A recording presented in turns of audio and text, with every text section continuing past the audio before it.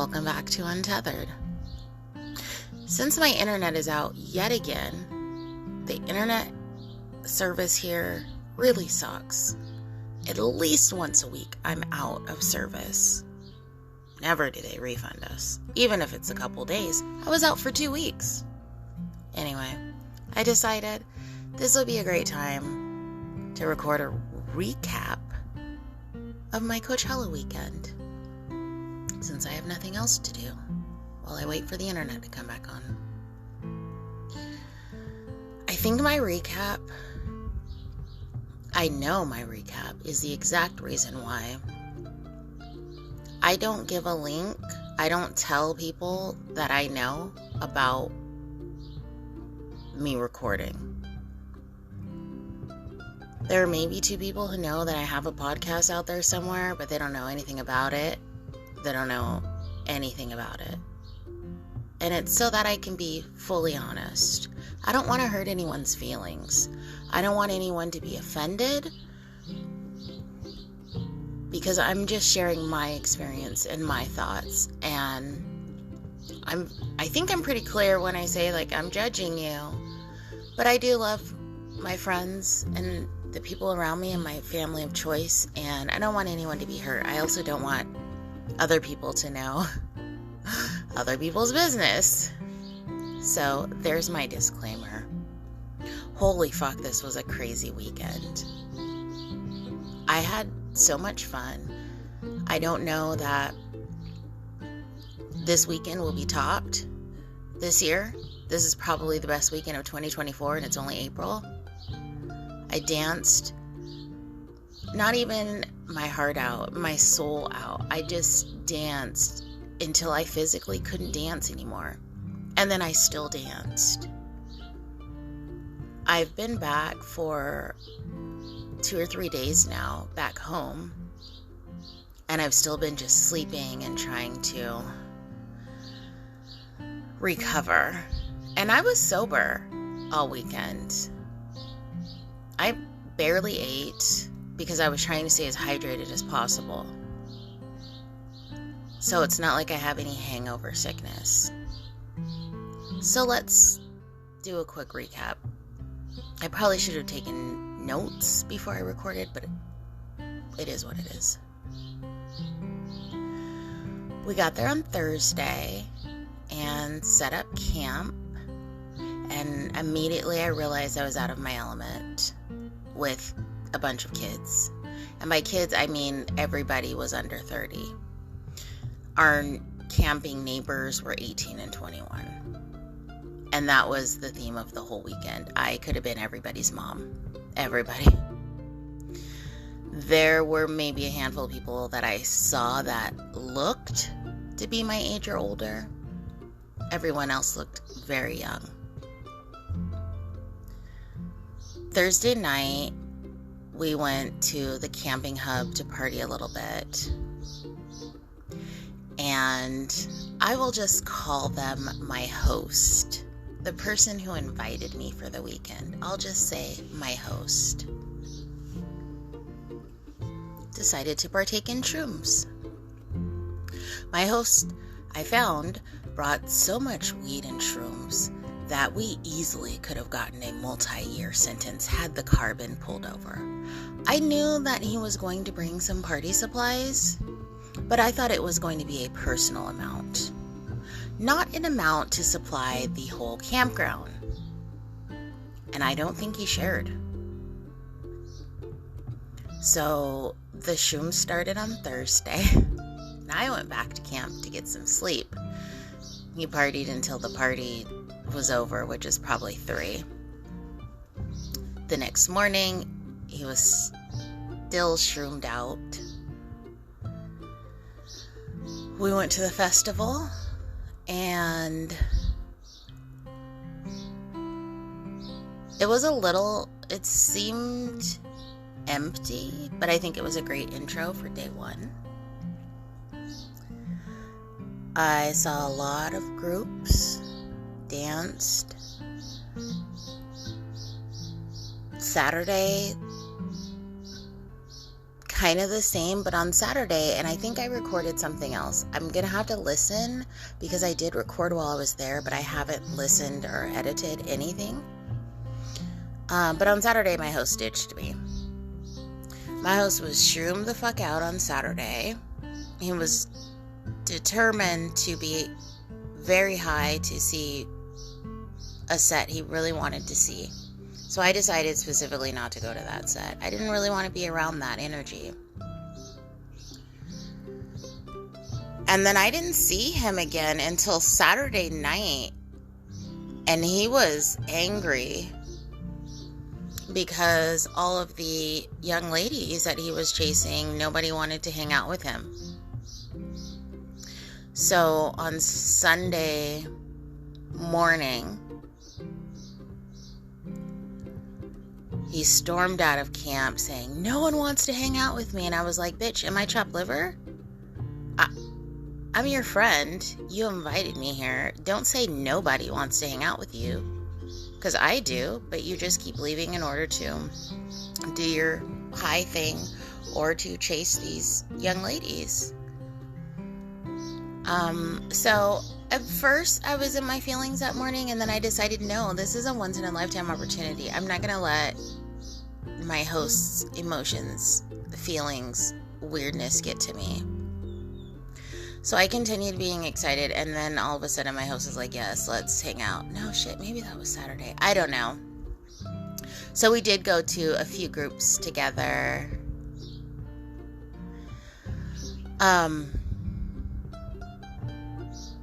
I don't think I'm really explaining my weekend right. But whatever. I got to see Orbital, and I was so excited. I've been listening to Orbital since I was 17, 18 years old. So almost 30 years. I almost cried. And the next morning when I was writing about it, I did cry. My inner child was so healed.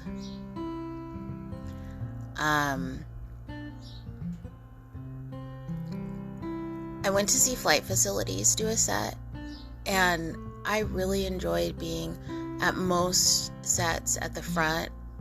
I would just push my way to the front, and it wasn't really pushing my way to the front. I wasn't being rude.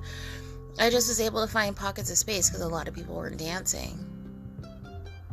And I would go to the front and I would just dance, and I didn't care what I looked like. I just knew what I felt like, and it felt good.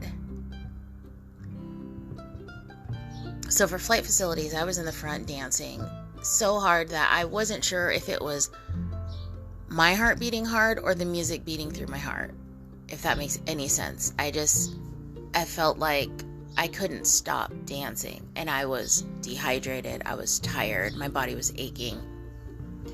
And then my host found me in this crowd of thousands, just out of nowhere, at the right time, and grabbed my water bottle and said he was going to go refill it, and disappeared. And it was so kind. Like 10, 15 minutes later, after standing in a super long line, he came back, let me drink all of his water, and then gave me a full refill on my bottle. Had he not come back, I probably would have collapsed. It reminded me of the time I went to see 9 Inch Nails. And it was at an outdoor venue.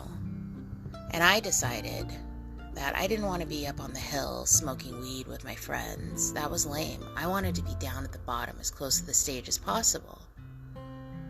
I wanted to dance. I wanted to feel the music. So I did that. And that was back when mosh pits were real. The crowd started surging. I tried to get out and I couldn't. Like, you couldn't move. You could barely breathe. I could barely breathe. And I'll never forget that a girl came up next to me, a lady came up next to me, and she was like, I'm trying to get out of here. I said, yeah, me too. And then she disappeared. She collapsed in the crowd. And the bodies were so tight that you couldn't see her. So I think someone helped pull her up, and like security, because we were in the front, pulled her over the gate and got her out. And that's when I got scared, because I thought I'm going to end up like her. And out of the blue, just from heaven, some very tall man just kind of walked up. And I don't even know how he walked up in the crowd. There was no walking happening. But he appeared and he said, "Are you trying to get out of here?" And I said, "Yeah." And he said, "Hold on." And he wrapped my arms around him so my face was in his back. And he said, "Hold on tight." And he got us out of there. He pushed his way through the crowd. And at one point, we ended up at the actual mosh pit, which people were getting hurt. Like, if you know mosh pits from the late 90s, you know that shit was no joke. Like, you're getting limbs busted, you're getting black eyes, you're coming out with blood on you. And at that point, I thought, fuck, we're going to die. And I don't know what happened, but he got us through it. And as soon as we got to right about the edge of the crowd, I let go and he disappeared. I never got to say thank you. I never saw him again. I remember I had lost my sweatshirt and I really liked that sweatshirt, but I didn't care because I was alive.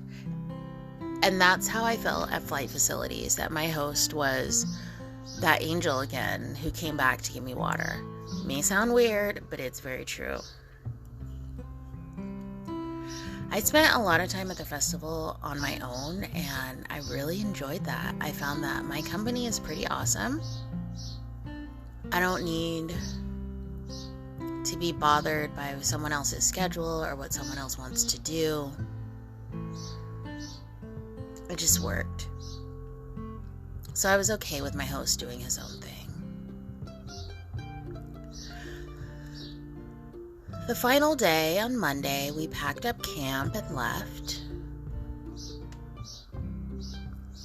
My host had what he called side quests.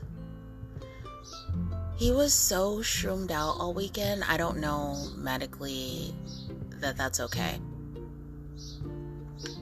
Maybe shrooms are like weed where you could just do as much as possible and never OD, but it just... the things that he was telling me about what happened when we were not together, I don't know any other word to use, but it sounds crazy. People who don't exist were talking to him, were leading him. He kept saying that he was getting tests.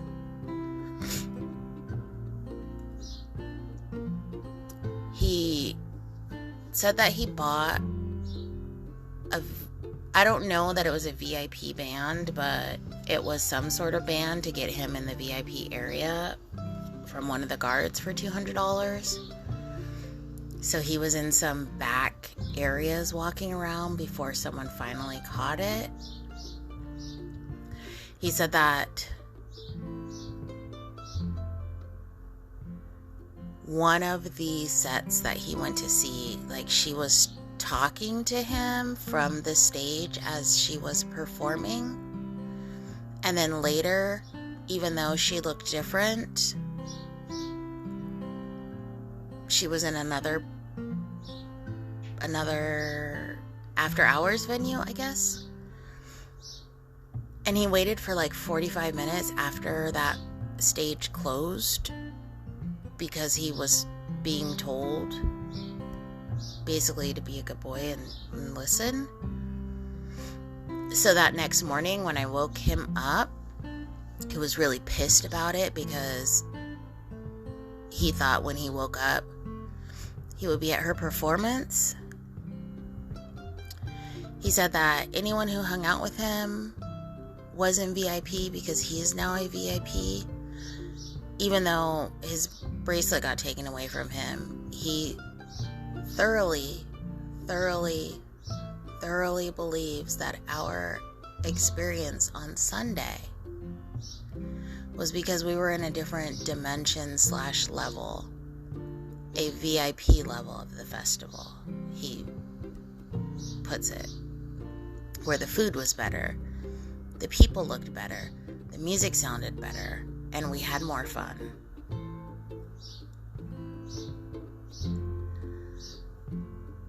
Out multiple times, he did mention that he knows he sounds crazy and that he's probably having a psychotic break. But by the last day, he was definitely sure that it wasn't a psychotic break, and that his words were, well, now I don't have to worry about being autistic anymore. I'm just a VIP. Now, I don't know this person that well. My host and I met a mere month ago when I invited him to my bonfire on a whim, this random stranger that I met at work. So I'm sure you can imagine some of my concern. Overall, he seemed harmless. I didn't feel unsafe. But I did think, OMG, this may actually be a crazy person. I don't know what to think now. I don't. Yesterday, we went to breakfast, kind of to recap the weekend after we had slept and rested up and had been home and unpacked. And he still thoroughly believes the things that he told me. And there's more that he hasn't told me that he's really chomping at the bit to tell me, but I kind of tried to avoid it. I was propositioned. Both the guys were very young. And a lot of people were interested in whether or not I was hooking up this weekend. Or had hooked up. Almost everyone I met. I also downloaded Bumble for the weekend because I figured I would be close to civilization. So maybe I could meet some normal people around my age. Wrong. It's already deleted from my phone. 72 hours. That's as long as I could last. It's a lot of bullshit. I don't know that I really want to do. It's just too much. So that's my weekend recap. I do have to say, I think that I looked adorable. It was hot. It was between 97 and 99 degrees most of the weekend during the daytime. And then at some of the nights was extremely windy. Very dusty. And as I mentioned, there were a lot of young people. So there were a lot of booty cheeks out.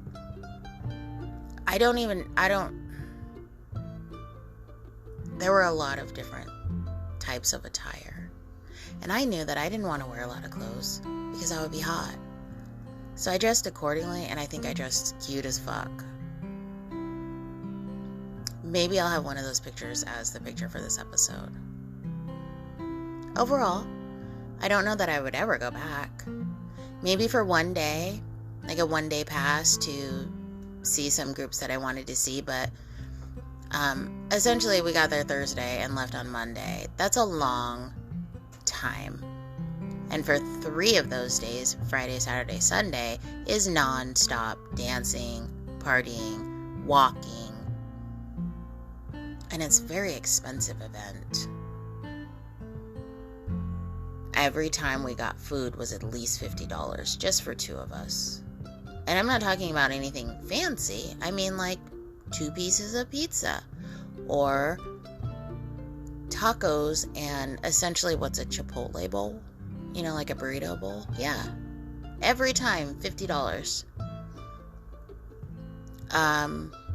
The final day on Sunday, I wore socks that say, I love cock. And then in tiny letters below that, it says tails. Well, I didn't want my socks to be a liar, so that was the one day that I purchased a cocktail. And that was $22 for just a shot and some tonic. So it was a very expensive event. I don't know that I would go back, but I'm glad and grateful that I was invited and treated. I mean, it was great. When we got there, the first day, we were waiting in line. They check your vehicle for car camping to make sure you don't have contraband. And my host said, "Hey, do you need some spending money?" And handed me a $100 bill. And of course, that lasts like one day, so every day I was taken care of financially. Oh, I mean, it doesn't happen every day at all. So I am grateful and I am thankful to my host for inviting me and making sure that I was taken care of all weekend. I wanted for nothing. So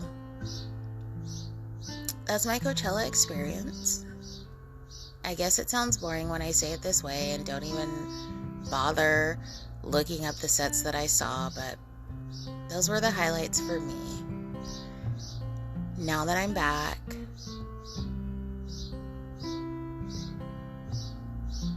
I know that I just feel a little bit more healed than I did when I left.